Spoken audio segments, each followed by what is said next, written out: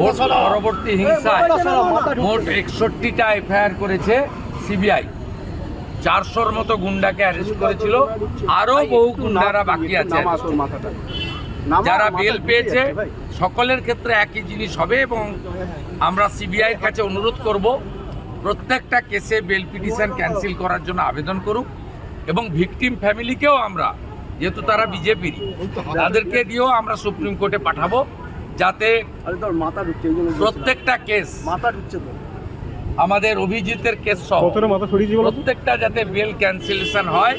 এবং শুধু bell cancellation নয়,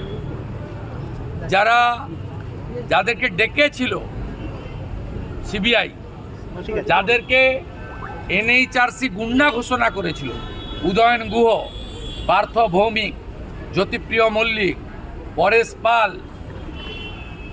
অনুব্রত মণ্ডল, রানা সিং, খোকন দাস, এদের বিরুদ্ধেও শকত মোল্লা, জাহাঙ্গীর, শামীম, এদের বিরুদ্ধেও যাতে কঠিন ব্যবস্থা হয় তার জন্য আমরা ভিকটিমদেরকে নিয়ে সুপ্রিম কোর্টে যাব।